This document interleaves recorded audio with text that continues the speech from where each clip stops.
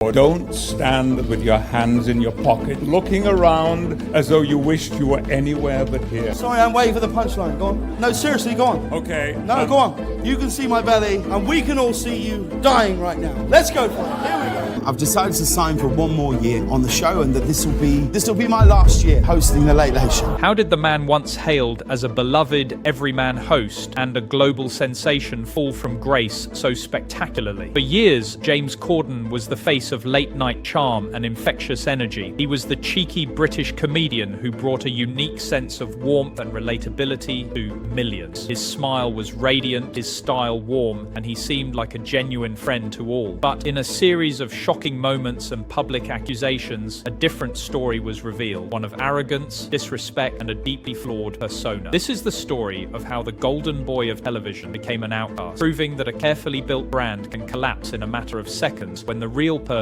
behind the polished facade is exposed. To understand his downfall, you have to go back to the very beginning. James Corden had no clear launchpad to global fame. Born into a working-class family with no artistic background, he was a fleeting presence on British television for years, landing minor roles in B-movies and a few lines on TV. The young, a bit awkward man went largely unnoticed, and perhaps even he never dared to dream of becoming a cultural icon. But fate has a way of turning things around. A small role in the British series Fat Friends cracked open the first door, and then in 2007 everything exploded when he, alongside Ruth Jones, created the romantic sitcom Gavin and Stacey. The show wasn't just a ratings hit, it became a cultural bridge between England and Wales, with its heartwarming stories and deeply relatable characters. His portrayal of Smithy, the loud, hilarious, and deeply relatable best friend, catapulted him from obscurity to stardom. The public perception of him at this time was one of a tireless striver, an everyman who achieved greatness through his natural wit, bold ambition, and a touch of timely luck. He was seen as a humble and approachable figure, and the controversies that would later define his career were nowhere to be seen. To the public, James was the ideal embodiment of success without privilege, and his career seemed to be soaring like a kite in the wind. But the first cracks in this perfect image would soon appear. As Corden's name grew into a household brand, whispers of a change in his attitude started to surface. But it wasn't until the 2010 Glamour Women of the Year Awards that the first major crack appeared for all the world to see. As he took on the role of host, a public and profoundly uncomfortable confrontation unfolded with veteran actor Patrick Stewart. Stewart criticised Corden's unprofessional attitude, accusing him of looking bored and disinterested with his hands in your pockets and a lack of respect for the show. Instead of handling the situation with the grace of a seasoned host, Corden chose direct confrontation. He stepped closer to Stewart, his eyes filled with tension, and responded with sarcasm. The atmosphere on stage turned instantly heavy. When Stewart continued to poke fun at his appearance, Corden escalated, flashing his belly to the crowd and saying, "You can all see me dying right now." Other hosts, like Jon Stewart or Chris Rock in similar situations, would have diffused the tension with a light-hearted joke. But in that moment, James Corden chose to make the situation worse. The clip spread like wildfire online, and many viewers saw this not just as an embarrassing moment, but as an early glimpse into the true nature of a figure once celebrated for his charm. It was a raw, unscripted moment that showed he couldn't handle criticism, and it was a chilling sign of what was to come. Despite the scandal, Corden's career continued its upward trajectory. He landed a Tony Award for his Broadway performance in One Man, Two Governors, and by 2014, CBS made the shocking decision to name him the new host of The Late Late Show. To the American public, he was a fresh face. Corden vowed to redefine the talk show for the social media age, and he delivered in a massive way. He created viral, intimate segments that made celebrities feel like real people, not just interview subjects. Carpool Karaoke became a global sensation, amassing billions of views and featuring everyone from Adele and Lady Gaga to Michelle Obama. The magic was in the intimacy. Watching Stevie Wonder serenade his wife over the phone or Paul McCartney revisit his childhood home created a sense of genuine connection. Other hits like Spill Your Guts or Fill Your Guts and Drop the Mic cemented his status as a dazzling global star. He was a multi-talented host, actor, and producer, starring in blockbuster films like Ocean's 8 and voicing beloved characters like Peter Rabbit. At this point, he seemed unstoppable, but beneath the surface, the cracks were growing wider. Behind the camera, the perfect facade began to unravel. During a 2016 segment of Spill Your Guts, Jimmy Kimmel channel asked Corden to name 2 members of his own camera crew. Corden famously squirmed, fumbled, and ultimately couldn't do it, choosing to eat a disgusting fish smoothie instead. That seemingly harmless moment sparked a question that would haunt him. How could someone so beloved for their warmth fail to remember the names of his close colleagues? The scandals began to stack up. In a Reddit Ask Me Anything session, the fun Q&A turned into a people's court as users recounted detailed stories of him being rude and yelling at restaurant servers, forcing him to quietly exit the chat. His film roles also became a source of controversy. His performance in the disaster film Cats was widely panned, with critics calling it a bafflingly misjudged performance that seemed to mock the source material. His portrayal of a gay character in The Prom also drew intense criticism from the LGBTQ+ community, and a petition to ban him from starring in the Wicked movie gained over 100,000 signatures. His journey was no longer an upward curve. It was tracing a steep downward spiral. The final blows to his career were a series of incidents that made the public turn on him for good. In 2020, a behind-the-scenes video went viral, revealing that segments of Carpool Karaoke were sometimes towed by a truck, not driven. This led to a feeling of betrayal among viewers who thought the segment's spontaneous charm was real. He also drew ire from BTS's fan base, the ARMY, after he called their visit to the UN unusual and dismissed their global popularity with a joke about their fans being 15-year-old girls. The online backlash was fierce, and many saw his comments as disrespectful and dismissive, but the heaviest and most damaging blow came in October 2022. The owner of a renowned New York restaurant, Balthazar, publicly banned Corden, calling him the most abusive customer I've encountered in 25 years. According to the owner's social media posts, the incident stemmed from an incorrectly prepared omelette, prompting Corden to yell at staff and demand free drink. Corden issued an apology, but then told a reporter he hadn't done anything wrong, a contradiction that infuriated the public. This one incident became the tipping point, a final public exposure that confirmed all the whispers and rumors that had been swirling for years. After the Balthazar scandal, the weight of public backlash was too heavy to bear. James Corden stepped away from the Late Late Show in May 2023. While he cited a desire to spend more time with his family, everyone knew the truth. The mounting scandals and relentless criticism had driven him to this choice. His final episode, despite featuring superstars like Adele and Harry Styles, lacked the effortless charm of his early days. There was no viral moment, just a quiet farewell. In a final somber note, CBS didn't seek a replacement, opting instead to end the Late Late Show entirely, launching a new game show in its place. An era closed, not with a celebration, but with a heavy silence that was more telling than any goodbye. The story of James Corden is a stark reminder that fame and success can arrive swiftly, but vanish just as quickly when humility and respect for others are forgotten. He was a master of his craft, but he failed at the most important part of his job, being a good person. He spent years cultivating a charming, relatable on-screen persona, while, according to the accounts, revealing a much darker, arrogant side behind the scenes.